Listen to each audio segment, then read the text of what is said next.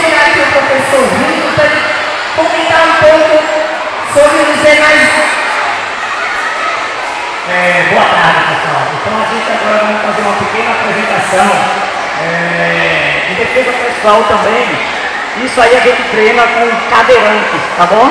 As pessoas cadeirantes que têm deficiência locomotiva, tá bom? Aí a gente faz um pouco dessa defesa pessoal. Para vocês verem quanto o taekwondo é rico em defesa pessoal, tá já?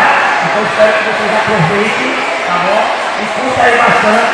E depois a gente vai dar o dia e os horários de lá da academia, tá bom?